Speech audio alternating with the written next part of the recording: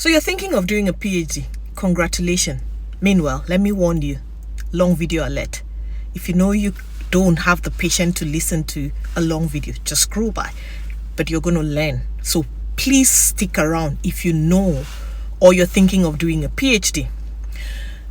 You're about to enter into a world of deep research, intellectual debate, and questioning your life choices at 1 a.m., 2 a.m., 3 a.m. But before you take that leap, these are a few things I think you should know, especially for international students. A PhD is more than just studying. It becomes a whole lifestyle of yours. You're actually not a student anymore. You are a researcher, you are a writer, and you are a problem solver. A part-time philosopher and a full-time caffeine, that's how they call it. You become an addict. If you never like coffee, get ready to take a lot of coffee when you start your PhD. And you will need to manage your time seriously. So if you're the kind of person that doesn't know time management, please learn. But it's important that you set boundaries early. A PhD can take over your life, but please don't let it take over your life. And the academic system might be different from where you are coming from. Completely different. So if you're coming from Nigeria, coming from Africa, it might just be different. Because the UK university emphasizes independent research, critical thinking, and self-motivation. But you might be coming from a system where maybe you were a bit spoon-fed, you were not really taught how to critically analyze things. And when you come, because it is totally different, you might get overwhelmed.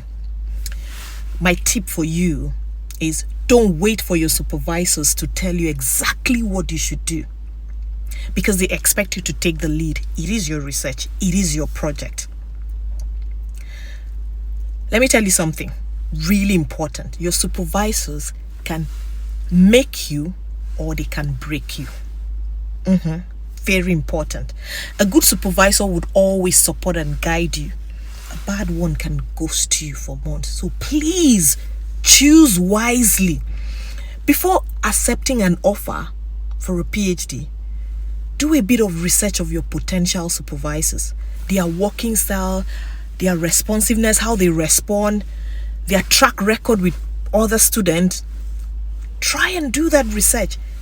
And let me tell you something, imposter syndrome is real in academia and it will hit you hard. This is not to scare you. At some point, you feel like you don't even belong, that every other person is smarter and your research is probably nonsense.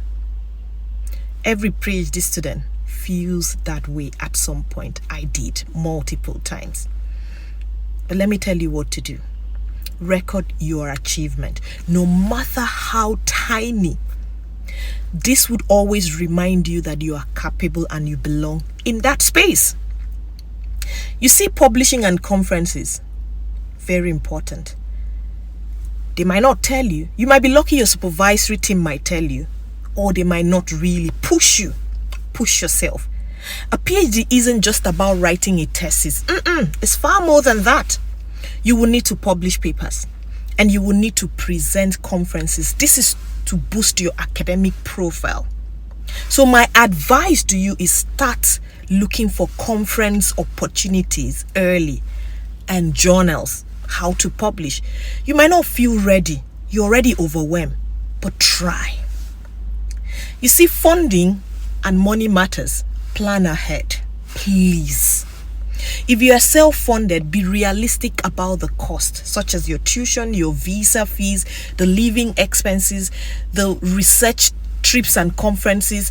Some universities sponsor for conferences. Like my university, I think it's £1,000 per year. That might not be enough. I'm not saying go for expensive conferences. Look for conferences just around.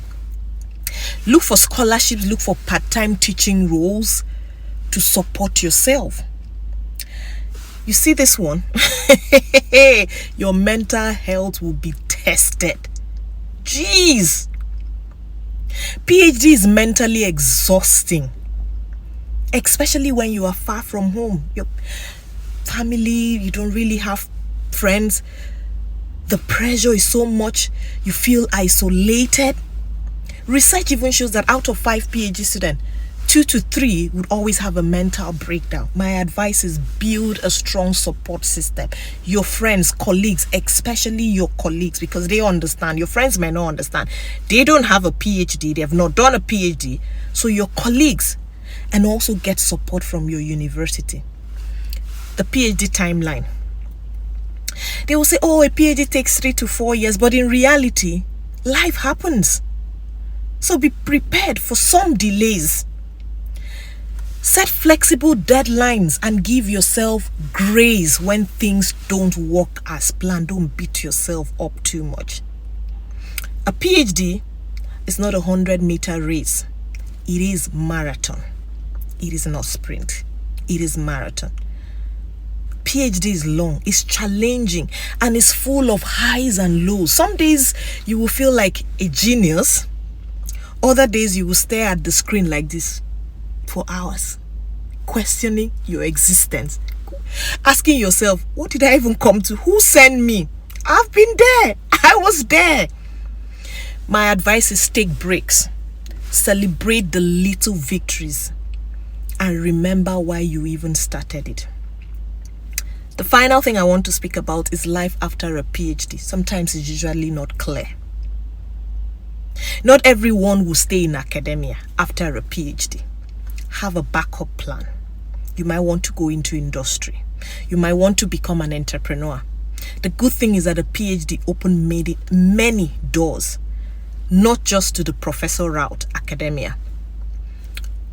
What our advice is, start networking. So network early. Explore other options outside academia. Don't put all your eggs in one basket. A PhD is one of the most challenging, I'm telling you, most challenging thing that you want to do. But guess what? Very rewarding thing that you will ever do. It will test your resilience. It will push your limit. Oh my God, it's going to push your limit. But it will transform the way that you think. So go in prepared, stay adaptable, and most importantly, enjoy the journey. I remain your favorite academic buddy, and I'll see you in my next video. Bye-bye.